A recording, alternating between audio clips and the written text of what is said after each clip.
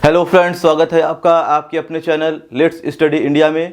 हम लोग पढ़ रहे थे some basic concept of chemistry, जिसमें हम लोगों ने लॉ ऑफ केमिकल कॉम्बिनेशन देख लिया था। आज हम लोग स्टार्ट करेंगे एटॉमिक मास को कैसे हम लोग कैलकुलेट करेंगे और रिलेटिव एटॉमिक मास क्या होता है, इन सभी चीज़ों के बारे में आज हम लोग डिटेल में पढ़ेंगे। तो आइए बात करते हैं आज some basic concept of chemistry. Atomic mass क्या है? तो हम लोग देखिए जनरली एटम्स के मास को ग्राम में या एमयू में लिखते हैं। तो डायरेक्ट हम लोग क्या करते हैं, एटम का जैसे कार्बन है तो कार्बन का जो एटॉमिक मास है, ठीक है, 12 एमयू या 12 ग्राम इस तरीके से, या ऑक्सीजन का मास है 16 एमयू 16 ग्राम, इस तरीके से हम लोग लिख देते हैं। लेकिन ये मास कैसे हमारा आया, ठीक है, किस तरीके से इस मास को मेज़र किया गया, तो आइए हम लोग चीज़ों को समझते हैं थोड़ा सा।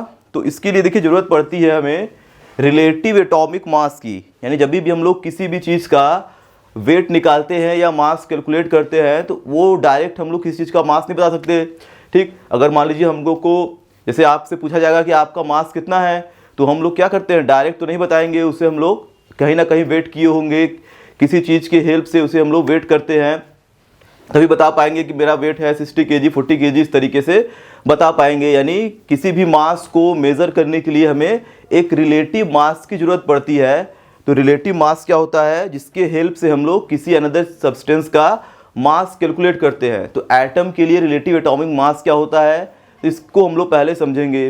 तो पहले हम लोगों ने क्या किया कि हाइड्रोजन एटम को रिलेटिव मास मान लिया, यानी हाइड्रोजन एटम को क्या किया हम लोग, रेफरेंस माने, उसके बेस्ड पे, यानी उसके हेल्प से बाकी अनदर एटम का मास निकाल रहे थे, तो उसे बोलते हैं हम लोग रेफरेंस मास। यानी जिससे हम लोग रिलेटिव मास निकालेंगे उसे बोलते हैं रेफरेंस मास। जैसे हम लोग अगर एक सिंपल एग्जांपल समझें, जैसे हमें क्या करना है, किसी भी चीज़ का वेट निकालना है या वेट कैलकुलेट करना है, तो उसके लिए क्या होता है, वेटिंग मशीन होता है, या पहले ज़माने में या अभी भी कहीं कहीं यूज होता है बाट का, इसे बटकरा बोलते हैं कि 1 kg का बटकरा है। हम लोग मान लीजिए कोई सब्जी लेना है या कुछ भी, तो उस पर क्या किए, 1 kg उसी के बटकरे के हिसाब से हम लोग मेज़र कर लेते हैं।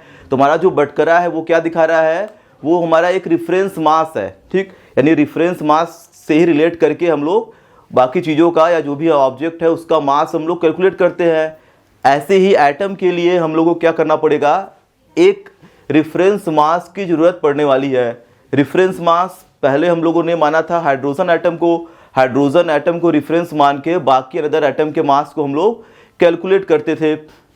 अब हम लोगों को क्या करना है, रेफरेंस मास लेना है कार्बन एटम को। कार्बन को क्यों लिया गया, अपने से नहीं लेना है, कार्बन के अंदर क्या है, बहुत सारी प्रॉपर्टीज़ है जिसे हम लोग रेफरेंस मास मानेंगे और उसी से रिलेट करके बाकी अदर एटम का मास निकालेंगे।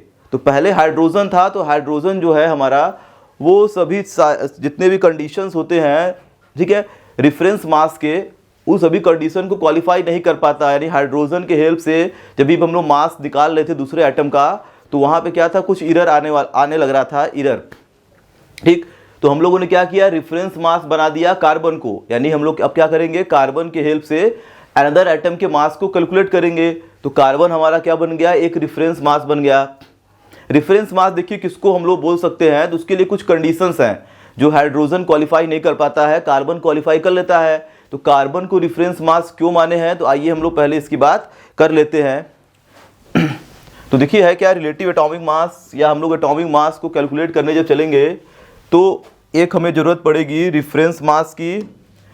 तो रेफरेंस मास हमारा देखिए है क्या, रेफरेंस मास हमारा बन जाता है C12 एटम। तो C12 एटम के पास देखिए खासियत क्या क्या है, इसके हेल्प से बाकी अनदर एटम का मास हम लोग क्यों कैलकुलेट कर रहे हैं। तो पहले हम लोग बात करते हैं C12 एटम की, ठीक है, जो कि क्या होता है, रेफरेंस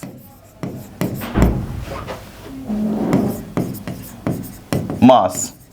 ठीक, तो अब देखिए इसमें क्या क्या क्वालिटी है जो कि इसको रेफरेंस मास माना गया।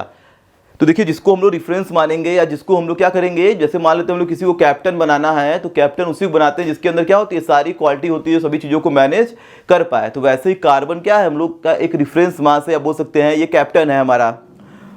ठीक, तो इसके अंदर कुछ क्वालिटी है, क्या क्या क्वालिटी होनी चाहिए, देखिए हम लोग बात करते हैं पहले चीज़ों की। तो फर्स्ट नेचर में, ठीक है, इसका जो अपीयरेंस है या हम लोग बोल सकते हैं अबेंडेंस, यानी नेचर में ये कितना हमारा प्रेजेंट है, तो ये कार्बन क्या होता है, सबसे ज़्यादा हमारा इसका अबेंडेंस होता है नेचर में, यानी ज़्यादा ये अवेलेबल है, एबिलिटी इसकी क्या होती है, ज़्यादा होती है। तो पहली चीज़ होनी चाहिए इसके अंदर एबंडेंस, ठीक, तो एबंडेंस इसका ज़्यादा है, इसलिए इसको रेफरेंस मास मान लिए हम लोग। दूसरी चीज़ क्या है, देखिए ऐसे एटम को हम लोग रेफरेंस मास मानते हैं जो कि बहुत ज़्यादा एक्सप्लोजिव ना हो या बहुत ज़्यादा स्लो रिएक्शन ना हो, यानी ऐसा भी नहीं लेंगे हम लोग रेफरेंस मास जो कि बहुत ज़्यादा क्या हो, रिएक्टिव हो। अगर वो खुद बहुत ज़्यादा रिएक्टिव होगा तो हमेशा किसी न किसी गैस से या किसी न किसी अनदर एलिमेंट से रिएक्शन करके ये क्या होगा, अपने आप को ख़त्म कर लेगा या कोई मॉलिक्यूल बना लेगा। तो कार्बन ऐसा नहीं है, बहुत रिएक्टिव भी नहीं है। तो ठीक है, तो ये जो हमारा जो कार्बन है ये क्या होना चाहिए, बहुत ही, ठीक है, नॉट, या हम लोग बोल सकते हैं हाई रिएक्टिव, ठीक है, नहीं होना चाहिए। मैंने क्रॉस लगा दे रहा हूँ यहाँ पे, तो बहुत हाई रिएक्टिव ये नहीं है, ठीक है। ऐसा भी नहीं है कि कार्बन तुरंत, ठीक है, बाकी एटमॉस्फेयर के ऑक्सीजन से रिएक्शन करके तुरंत क्या होता है, दूसरे मॉलिक्यूल में कन्वर्ट हो जाता है या किसी मेटल के साथ, या मतलब जल्दी, मतलब इसको रिएक्शन कराना पड़ता है, कुछ टेम्परेचर देंगे तभी क्या होगा, कुछ कंडीशन अप्लाई करेंगे तब ये रिएक्शन करेगा अपने आप। ये रिएक्टिव बहुत ज़्यादा, नीचे सोडियम होता है, तुम्हारा सोडियम क्या है, वो थोड़ा सा मॉइस्चर पाएगा, वो तुरंत क्या होगा, ब्लास्ट कर जाएगा, जलने लगेगा। तो ऐसा भी नहीं है ये, तो बहुत ज़्यादा रिएक्टिव नहीं होना चाहिए। और दूसरी चीज़, नहीं बहुत ही स्लो होना चाहिए, यानी ऐसा भी नहीं है कि बहुत ही ये स्लो रिएक्शन देता है, यानी अगर हम लोग कार्बन को बहुत ही ज़्यादा इसको हीट प्रोड्यूस कराएंगे तब जाके ये रिएक्शन करेगा स्लोली, तो ऐसा भी नहीं है। यानी ये क्या है, एक नॉर्मल हमारा एलिमेंट है जो कि बहुत रिएक्टिव भी नहीं है, बहुत ही लेस रिएक्टिव भी नहीं होना चाहिए, यानी ना तो बहुत हाई रिएक्टिव हो ना ही बहुत ही लेस रिएक्टिव हो। ये दोनों कंडीशन हमें ध्यान देना है, ना तो ऐसा होना चाहिए ना तो ऐसा होना चाहिए, नॉट वेरी रिएक्टिव नॉर, ठीक है, वेरी लेस रिएक्टिव, ऐसा कंडीशन हमें देख के चलना है, ठीक। फोर्थ कंडीशन क्या है, देखिए 4 कंडीशन को अगर कोई एटम अप्लाई कर रहा है, यानी इस चारों कंडीशन को अगर कोई एटम मान रहा है तो वो हमारा क्या है, रेफरेंस मास बन सकता है। तो कार्बन के अंदर देखिए 3 प्रॉपर्टी तो आ गई। चौथी प्रॉपर्टी क्या है इसके अंदर, कि हमारा जो कार्बन है, जिस समय देखिए रेफरेंस मास की बात की गई थी उस टाइम पे कार्बन के बहुत सारे आइसोटोप प्रेजेंट नहीं थे। तो इस अभी क्या है, कार्बन के 3 आइसोटोप हैं हमारे पास, कौन कौन से हैं, C12, C13 और C14। तो 3 आइसोटोप्स कार्बन के तो हैं, लेकिन जब बात की गई थी रेफरेंस मास की तो उस समय इसके ज़्यादा आइसोटोप, ठीक है, नहीं थे। यानी हम रेफरेंस मास उसी एटम को मानेंगे जिसके बहुत ज़्यादा आइसोटोप न हो। तो कार्बन के बहुत आइसोटोप नहीं है, तो मैं यहाँ लिख दे रहा हूँ नो मोर आइसोटोप्स। तो थर्ड प्रॉपर्टी हमारी आती है, फोर्थ प्रॉपर्टी आएगी हमारी, कि जो हमारे पास जो भी हम लोगों ने रेफरेंस मास लिया है उस रेफरेंस मास के ज़्यादा आइसोटोप्स देखिए न हो। तो जिस समय बात की गई थी कार्बन 12 को रेफरेंस मास बनाने की, तो उस समय कार्बन ज़्यादा आइसोटोप नहीं थे। अभी भी इसके आइसोटोप 3 अवेलेबल हैं, एक हमारा C12, C13 और C14। लेकिन अगर बात की जाए इनके परसेंटेज की, तो नेचर में जो कार्बन 12 है वो ज़्यादा है, ये दोनों क्या है 1% पे दोनों हैं। अगर मैं एक्चुअल परसेंटेज की बात करूं तो ये 98 पॉइंट समथिंग ये, ठीक, 1 पॉइंट समथिंग ये, और ये क्या है 1 से भी बहुत ही कम ये है, लगभग ये 99, दोनों 1% के अंदर दोनों अवेलेबल होते हैं। तो एबिलिटी तो है आइसोटोप्स की, लेकिन ये दोनों एकदम ना के बराबर हैं, यही ज़्यादा प्रेजेंट है। तो इसके अगर इस तरह का कंपाउंड अगर कोई होता है, सॉरी एलिमेंट होता अगर कोई, जिसके आइसोटोप्स तो 3 होते लेकिन सबका कुछ ना कुछ परसेंटेज होता है, ऐसे कोई 54% होता, कोई हमारा 40% होता, कोई और कुछ परसेंट होता, तब उसमें दिक्कत होती। लेकिन यहाँ पे हमारा जो C12 है वही सबसे अधिक है, ये दोनों ना के बराबर हैं, तो आइसोटोप रहने से भी कोई फ़ायदा इसका नहीं है। तो ये देखिए 4 कंडीशन को ये बिलोंग कर रहा है, जिसकी वजह से इसे हम लोग रेफरेंस मास या कैप्टन बना सकते हैं। किसके लिए, बाकी अनदर एटम के मास को कैलकुलेट करने के लिए। तो 4 कंडीशन क्या क्या है, तो एक बार और हम लोग चीज़ों को आइए देख लेते हैं, जो कि काफ़ी इंपॉर्टेंट चीज़ है। एबंडेंस, यानी नेचर में इसका प्रेजेंस, ज़्यादा अमाउंट में हमारा जो कार्बन अवेलेबल है, आसानी से हमें ये फाइंड आउट हो जाता है। न तो बहुत ज़्यादा रिएक्टिव हो, ठीक, रिएक्टिविटी बहुत हाई भी नहीं है, और न ही बहुत ही लेस रिएक्टिव है, बहुत ही लो रिएक्टिव भी न हो। थर्ड, इसके बहुत ज़्यादा आइसोटोप ना हो, आइसोटोप तो है लेकिन इसकी एबिलिटी नहीं है, ठीक। तो C12 ही ज़्यादा प्रेजेंट है, तो इसीलिए हम लोग C12 को क्या मान लिए हैं, रेफरेंस मास। तो इस चारों कंडीशन को फॉलो किया कार्बन, और कार्बन को हम लोगों ने मान लिया रेफरेंस मास। इस चीज़ को पहले नोट करिए, फिर आगे हम लोग एटॉमिक वेट को कैलकुलेट करते हैं।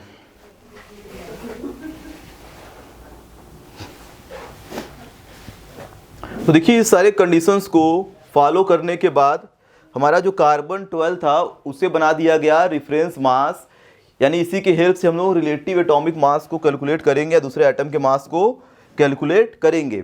तो यहाँ पे देखिए एटम का जो मास होता है वो कैसे हम लोग निकालते हैं, यानी किसी एक एटम की बात कर रहे हैं हम लोग। एक एटम का जो मास होता है उसे निकालते हैं हम लोग AMU में, यानी मास ऑफ एटम।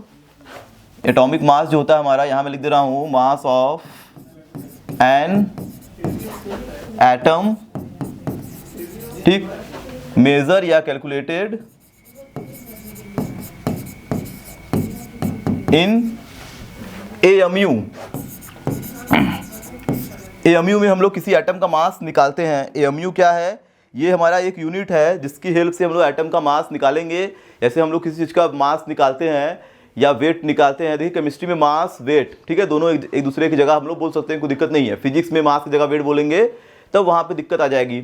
तो अगर एटम का वेट या एटम का मास हम लोग निकाल रहे हैं तो AMU में निकालेंगे।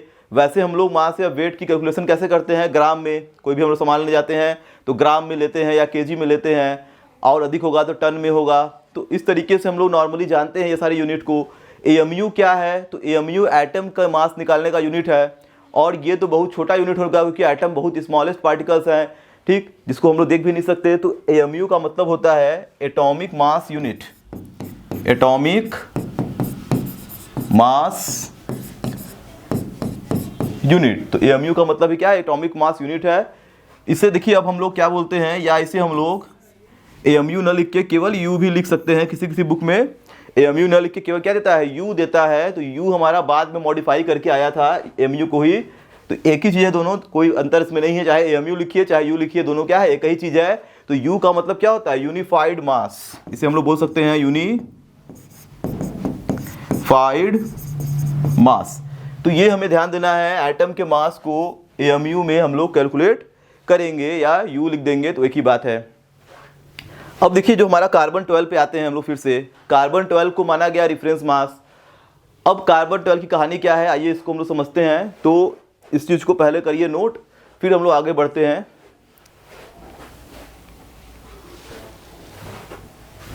देखिए हमारे पास जो कार्बन 12 था जिससे हम लोगों ने माना है रेफरेंस मास, तो एक चीज़ देखिए हम लोग पहले कंसीडर करेंगे, यानी रेफरेंस को हम लोगों ने क्या किया, कंसीडर किया, यानी रेफरेंस मास में सारी प्रॉपर्टी पता चल गई। ये सारी चीज़ें कार्बन के अंदर है, इसको रेफरेंस मास मान लिए। अब इसके कैलकुलेशन को कैसे हम लोग करेंगे, यानी इसके हेल्प से दूसरे एटम के मास को कैसे निकालेंगे। तो हुआ क्या, मास ऑफ C12 एटम, यानी जो कार्बन 12 का एटम था उसके मास को मान लिया गया 12 AMU के बराबर। ये हम लोगों ने पहले क्या किया, एक कंसीडर कर लिया कि मास ऑफ C12 एटम क्या होता है, 12 AMU के बराबर होता है। यानी कार्बन का जो, ठीक है, एक एटम है जिसका वेट कितना है, सॉरी जिसका एटॉमिक मास कितना है, 12 है, उसका जो मास होगा वो कितना होगा, 12 AMU के बराबर होता है। ये हम लोगों ने पहले क्या किया, इतना लेट कर लिया। अगर मैं बात करूँ 1 AMU की, तो यहाँ पे अगर मैं ऐसे लिख दूँ इस चीज़ को अपोजिट करके, यानी यहाँ से हम लिख सकते हैं 12 AMU बराबर मास ऑफ C12 एटम, ठीक। इसको मैंने उल्टा लिख दिया, तो इससे कोई दिक्कत नहीं है। यानी अगर हम लोगों को निकालना होगा 1 AMU कितना होता है, तो अगर मैं लिखूँ यहाँ पे 1 AMU, तो 1 AMU के लिए क्या हो जाएगा, ये अपॉन में चला जाएगा 12। तो यहाँ पर लिख सकते हैं 1 AMU equal to 1/12 into mass of C12 atom, यानी 1 AMU कितने के बराबर है, 1/12 मास ऑफ C12 एटम। तो ये हमारा एक देखिए फॉर्मूला बन गया कि 1 AMU इतने के बराबर होता है। तो इसको मैं अगर मान लूँ इक्वेशन नंबर 1 और इसको मैं लिख दे रहा हूँ ब्रैकेट में, तो ये हमारा क्या है, एक फार्मूला यहाँ पे ये बनता हुआ दिख रहा है। लेकिन हम लोग क्या पढ़ना है, एटम का मास निकालना है। देखिए एमयू में कार्बन के हेल्प से आगे हम लोग निकालेंगे भी, लेकिन हमें समझना क्या है कि जो हमारा एक एमयू है, अब इसको हम लोग देखिए पता नहीं चल पा रहा है कि एक एमयू आखिर कितना छोटा वेट है, क्योंकि हम लोगों को पता है ग्राम, हम लोगों को पता है केजी। जैसे हम लोगों को पता होता है कि 1000 ग्राम रहेगा तो 1 केजी जाके बनेगा, वैसे ही हम लोग रिलेट कर पा रहे हैं कि ग्राम कितना छोटा है। ठीक वैसे ही अगर पता चल जाए कि जो एक एमयू है, एटॉमिक मास यूनिट, वो कितना स्मॉल है, यानी अगर मैं एमयू को रिलेट कर दूं ग्राम से, तो पता चल जाएगा ना कि हमारा जो एमयू है, ठीक है, वो कितना स्मॉल है। यानी हम लोग अगर ये पता चल जाए कि इतने ग्राम में इतना एमयू होता है या 1 ग्राम में इतने एमयू होते हैं, अगर ये चीज़ हमें पता चल जाए तो हम लोग रिलेट कर सकते हैं कि एमयू कितना छोटा यूनिट है, क्योंकि हमें ग्राम पता है तो ग्राम से रिलेट कर लेंगे तो एमयू के बारे में पता चल जाएगा। तो इस चीज़ को कैलकुलेट करने के लिए हम लोग थोड़ा सा ठीक जाएंगे, ठीक है, मोल कॉन्सेप्ट की तरफ। तो आइए हम लोग बात करते हैं, ठीक है। तो एटॉमिक मास ऑफ कार्बन, ठीक है, अगर मैं यहां पे लिखूं एटॉमिक मास ऑफ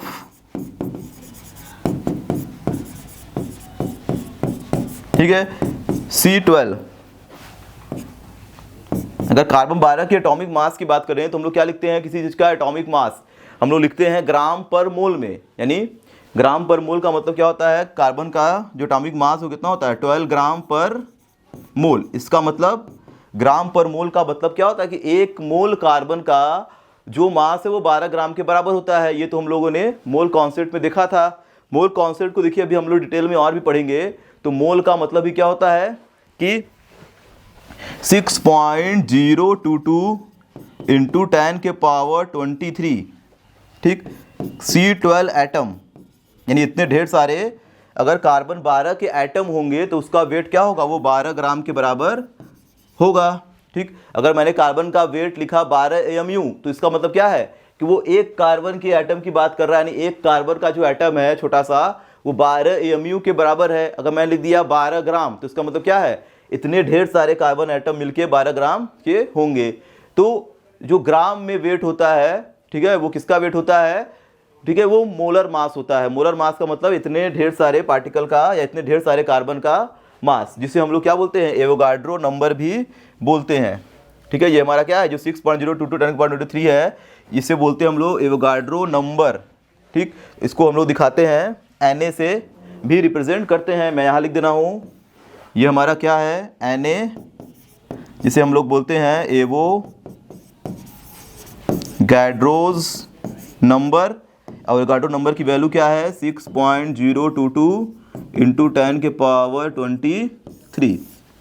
ठीक, तो अगर मैं यहाँ पे लिखूँ एक कार्बन 12 के एक एटम का वेट अगर लिखा जाए ग्राम के अंदर तो वो क्या हो जाएगा। अब तो अगर मैं यहाँ पे लिखूँ मास ऑफ C12 एटम, तो अगर देखिए मास की बात की जाए C12 एटम की, यानी एक एटम के मास की बात की जाए तो इतने एटम 12 ग्राम के बराबर हैं। तो एक एटम कितना हो जाएगा, तो ये हो जाएगा हमारा 12/6.022 इंटू 10 के पावर 23।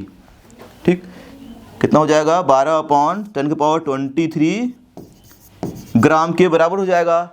इस चीज़ को हम लोग Na भी लिख सकते हैं, कोई दिक्कत नहीं है। तो यहाँ पे देखिए एक फार्मूला और हमारा बन गया। इस फार्मूले को क्लोज कर देते हैं हम लोग, ये वाले फार्मूले को। ठीक, जो कि ये क्या बन गया, क्लोज। हमारा जो 1 वाला इक्वेशन है इसे मान लेते हैं हम लोग इक्वेशन नंबर 2। ठीक, इसे मान लेता हूँ मैं इक्वेशन नंबर 2, जो कि एक फार्मूला हमारा और बनता हुआ यहाँ पे दिख रहा है। इसको हम लोग लिख सकते हैं mass of C12 atom equal to, यहाँ मैं लिख दे रहा हूँ मास ऑफ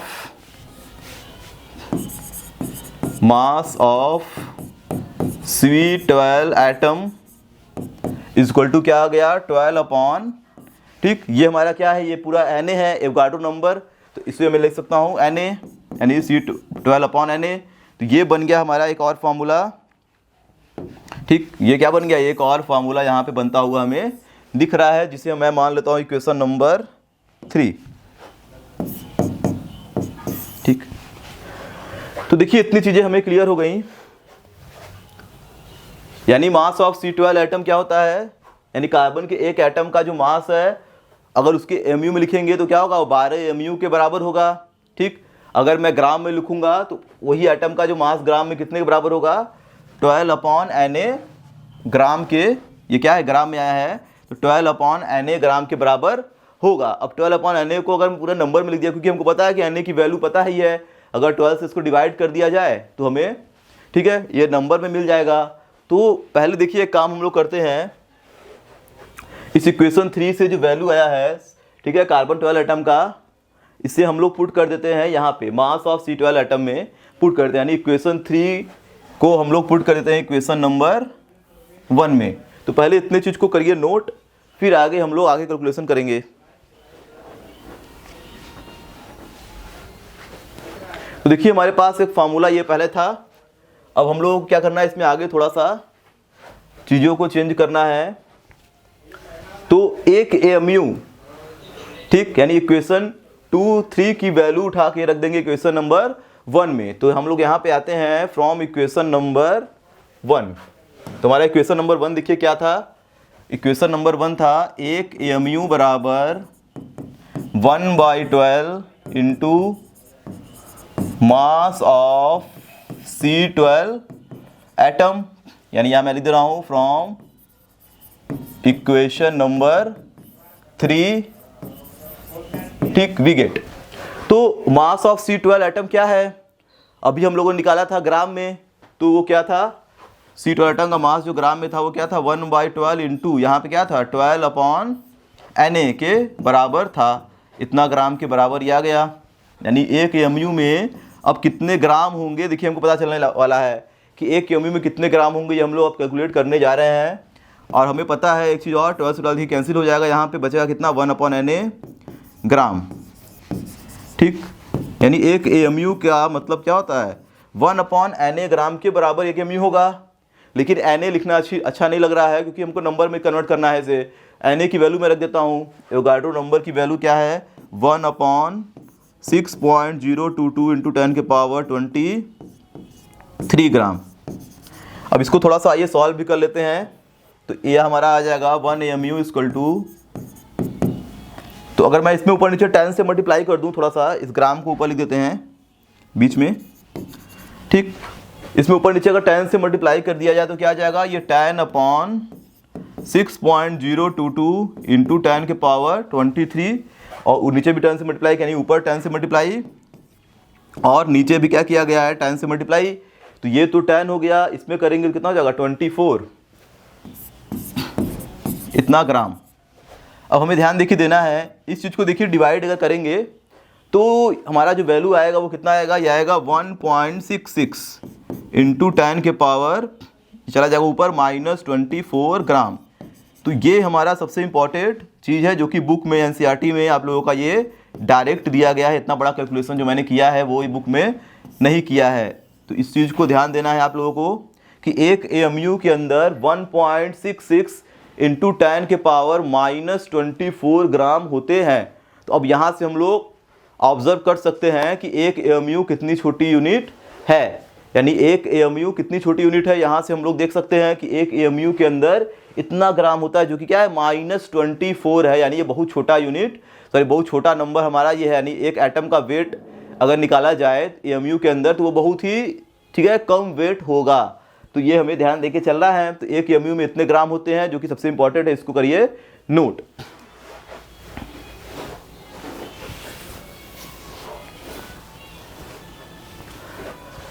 तो अब हमें देखिए कैसे कैलकुलेट करना है किसी एटम का एटॉमिक मास। तो आइए हम लोग बात करते हैं एटॉमिक मास की। तो हमारा देखिए यही फॉर्मूला यूजफुल होने वाला है, एक AMU में इतने ग्राम होंगे।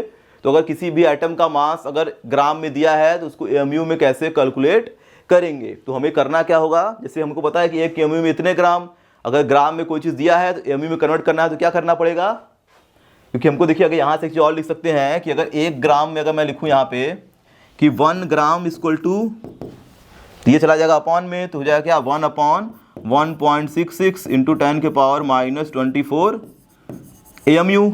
1 ग्राम में इतने AMU होंगे। तो अगर किसी एटम का वेट अगर ग्राम में दिया है उसे AMU में कन्वर्ट करना है तो हम लोग क्या करना है, इसी नंबर से केवल हमें डिवाइड कर देना है। यानी कितने से डिवाइड करेंगे 1.66 इंटू 10 के पावर -24। तो आइए एक एग्जाम्पल लेके चीज़ों को हम लोग समझते हैं।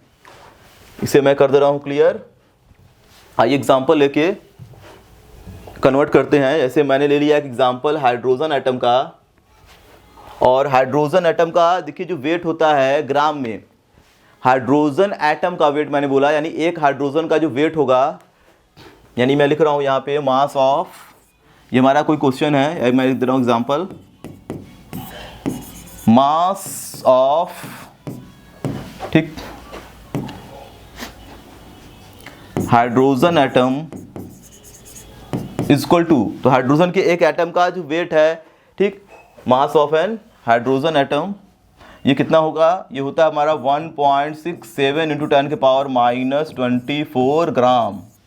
यानी हाइड्रोजन का जो एक एटम है, एक एटम, एक मोल एटम नहीं, एक एटम जो है वो इतने ग्राम का होता है। अब हमें इसे कैलकुलेट किस में करना है, AMU में, जो कि हम लोग वेट लिखते हैं अपने बुक में या अपने कॉपी में लिखते हैं ना, हाइड्रोजन का वेट कितना है, लिखते हैं हम लोग 1, मॉलिक्यूलर एटॉमिक वेट इसका होता है 1।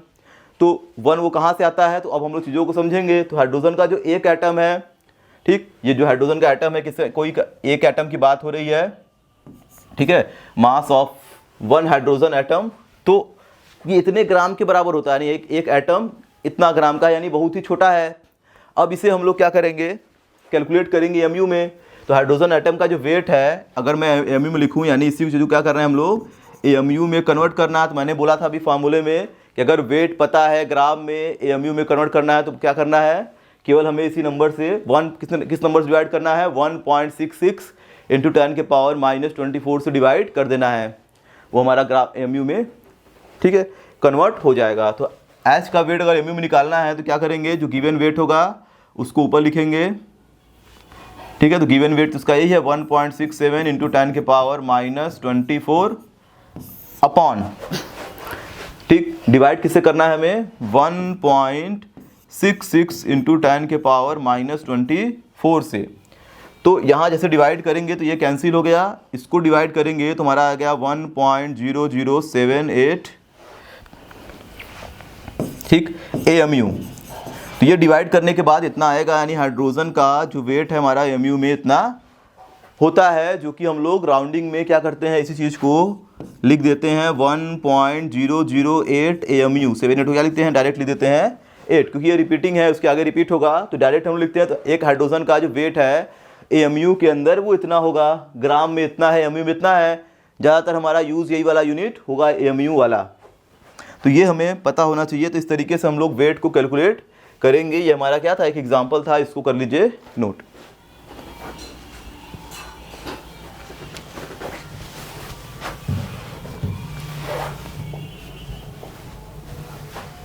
तो इस तरीके से हम लोग एटॉमिक मास को कैलकुलेट करेंगे। किसी भी एटम का अगर हमें वेट पता है, ठीक, ग्राम में दिया हुआ है, AMU में निकालना है, तो उसे हम लोग 1.66 इंटू 10 के पावर -24 से डिवाइड कर देंगे, क्योंकि एक AMU में उतने ग्राम होते हैं, तो उस नंबर से हमें डिवाइड कर देना है, हमारा AMU में वेट कन्वर्ट होके चला आएगा। तो ये हमारा एक सिंपल सा मेथड था जिसके थ्रू हम लोग एटॉमिक वेट को निकालते हैं, जो कि क्या है, काफ़ी इंपॉर्टेंट होने वाला है। आगे जब हम लोग मोल कॉन्सेप्ट को पढ़ेंगे तो वहाँ भी क्या हो, कहीं ना कहीं इसका यूज़ होने वाला है। तो इस वीडियो करते हैं पे समाप्त। Thank you.